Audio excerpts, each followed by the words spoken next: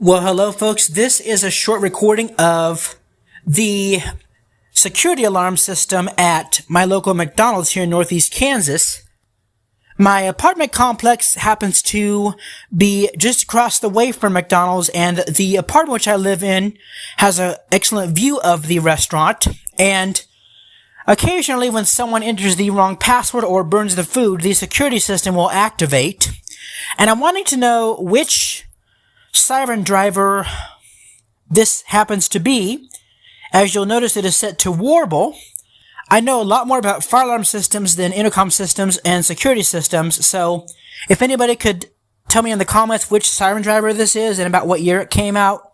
I do know that it is the original siren system from when my McDonald's first opened in 1986. It's at least from 86 in that respect, but it could be older as well.